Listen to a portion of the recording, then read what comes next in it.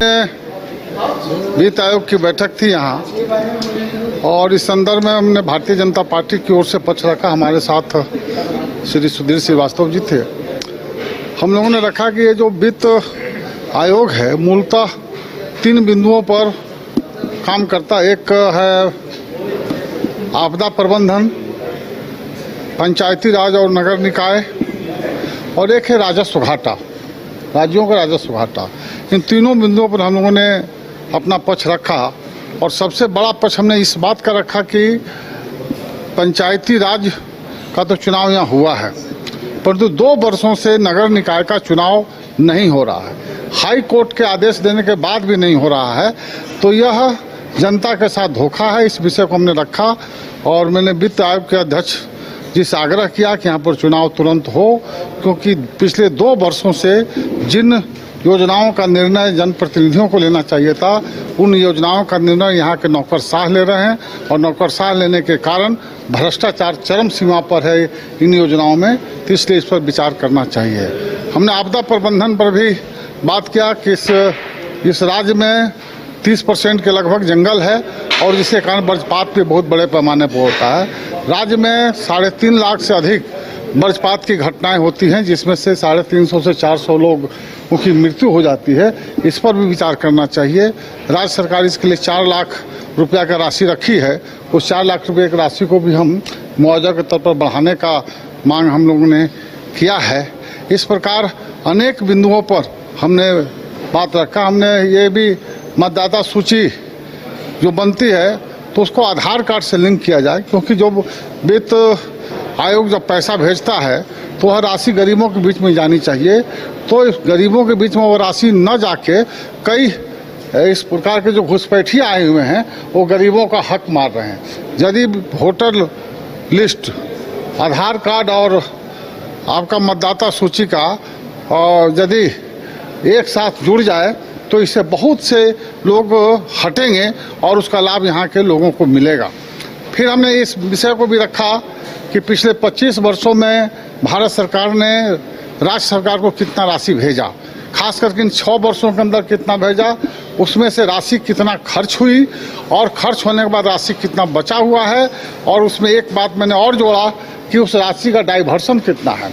यदि केंद्र सरकार जिन योजनाओं के लिए राशि भेजती है उस योजना के तहत वो खर्च हो रहा है, उस राशि को दूसरे तरफ लोक लुभावन योजनाओं की तरफ उसको डाइवर्ट किया जा रहा है, जिसके कारण यहाँ का विकास बाधित हो रहा है। जो यह राशि जहाँ खर्च होनी चाहिए वहाँ न खर्च होकर राज्य सरकार उसको हस्तांतरित करते रहती है।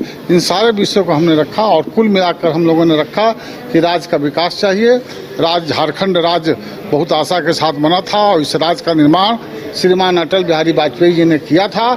इस राज्य को संवारने की आवश्यकता है और आज की वर्तमान सरकार इस राज्य को संवारने के बजाय ये भ्रष्टाचार का अड्डा बना हुआ है। ये सरकार जो है जनता के भावनाओं के अनुकूल काम नहीं कर रही है, योजनाओं के साथ खिलवाड़ कर रही है। इन 6 वर्षों के अंदर कोई भी बड़ी योजनाएं इस राज्य सरकार ने नहीं लाया, केवल छोटी छोटी बातें लाकर जनता को लोक लुभावन नारा देकर यह सरकार चली। तो मैंने सारे विषयों को वित्त आयोग के सामने रखा। 22 पॉइंट हमने रखा है और वित्त आयोग के माननीय चेयरमैन ने कहा है कि इन सब बिंदुओं पर हम लोग सब विचार करेंगे। विचार करने की बात आई तो इसलिए हम कुछ बातें रखना था। बातें बहुत थी परंतु कम शब्दों में आपके सामने मैंने रखने का प्रयास किया है। देवशरण भगत आज वित्त आयोग की बैठक में उपस्थित हुए और हमने वित्त आयोग को यह कहा कि ये जो राज्य है झारखंड, ये लंबे संघर्ष के बाद मिला है। राज्य की जनता ने काफी कुर्बानी दी, जिसमें आजसू का भी योगदान रहा है और इसे एक स्वाभाविक राज्य के रूप में इसको नहीं लिया जाना चाहिए। इस राज्य पर विशेष दृष्टि होनी चाहिए और इस राज्य में जो वर्तमान परिस्थितियां हैं, इस राज्य को हम लोगों के आंदोलन के बाद अटल बिहारी वाजपेयी जी प्रधानमंत्री थे, उन्होंने इस राज्य को देने का काम किया और उसके बाद भाजपा आजसू की सरकार ने इस राज्य को विकास की पटरी पर लाने का काम किया। लेकिन विगत 5.5 साल से हम देख रहे हैं कि ये जो झारखंड में सरकार है, जिसके हाथ में सत्ता है, ये सरकार राज्य के विकास को पूरा कहीं ना कहीं ब्लॉक करके बैठ गई है।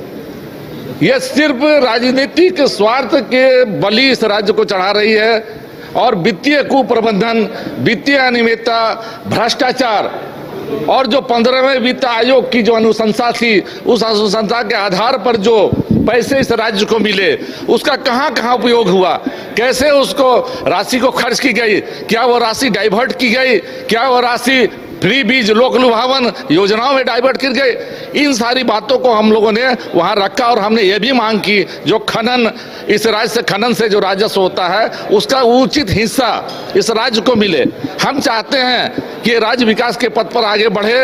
ये जो भी सरकार है, भाजपा, जेएमएम और कांग्रेस की जो सरकार है, हम इसको पूरा आर्थिक रूप से मजबूत बनाने में सहयोग करना चाहते हैं। आजसू पार्टी चाहती है कि वर्तमान सरकार को हम सहयोग करें, लेकिन इस सरकार को अपनी नीतियों और कार्य प्रणाली में बदलाव लाने की जरूरत है, ताकि भी, चूंकि जब यह बैठक होने वाली थी इसके पहले सभी दलों को बुलाकर झारखंड मुक्ति मोर्चा और कांग्रेस को, इस राज्य सरकार को, सबको विश्वास में लेना चाहिए था, ताकि हम सब मिलकर एक आवाज बनाकर ये वित्त आयोग के सामने बैठ पाते।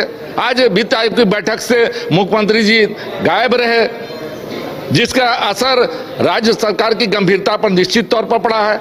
अभी यहाँ पर हमारे साथ जो बैठक हुई इसमें कहा जो वित्त आयोग के अध्यक्ष ने कि भाई आप इंफ्रास्ट्रक्चर पर, जो हम माननीय मंत्री उपस्थित थे, वो उनके सामने कहा, डिस्कशन में कहा कि इंफ्रास्ट्रक्चर पर ज़्यादा खर्च करने की ज़रूरत है, बजाय कि फ्री बीज जो मैया योजना, जिस ठीक है इन योजनाओं की आवश्यकता है, गरीब जनता को लाभ देने की आवश्यकता है, लेकिन प्रायोरिटी हमको तय करने की ज़रूरत है।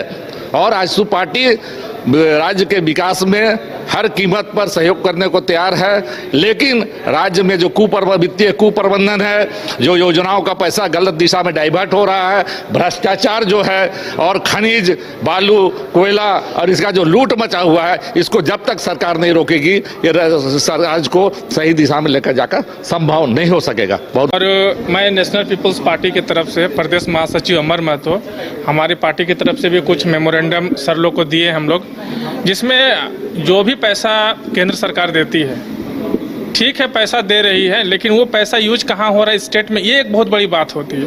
इसमें लगभग सभी पॉलिटिकल पार्टीज ने खंडन किया। पहला नंबर पर खनन का बात आया, विस्थापन का बात आया, पलायन का। आखिर में जो भी केंद्र सरकार किसी भी प्रोजेक्ट के लिए पैसा देती है उसका कितना प्रतिशत यहाँ पर यूज हो रहा है, ये एक बहुत बड़ी बात है, जो सभी पॉलिटिकल पार्टीज ने कहा कि ये जो पैसा है इसका हम लोग को पारदर्शिता से, मतलब कि एक ऑडिट होना चाहिए। जिस तरह से यहाँ पर बैठे कि आप 5 साल में आते, हो सके तो प्रत्येक साल आइए, कहीं ना कहीं इसका जो आकार रहेगा वो बहुत अच्छा रहेगा और बेनिफिटेबल रहेगा। इस तरह के जो स्टेट और केंद्र के बीच में जो त्रुटियां आ रही है ये कम से कम होगा, ग्राफ इसका कम होगा, तभी डेवलपमेंट इस स्टेट का हो सकता है। जैसे हम लोगों ने जैसे खूंटी, गुमला, सिमडेगा, अरे ठीक है ट्राइबल स्टेट है तो ट्राइबल प्रोजेक्ट क्या है, ये एक बहुत बड़ा प्रश्न है कि हम क्या ऐसा प्रोजेक्ट दे रहे हैं ट्राइबल को जिससे उसका जीवन स्तर और स्टेट बढ़ रहा है। तो ये जो विषय था इस पर भी हम लोग चर्चा किए।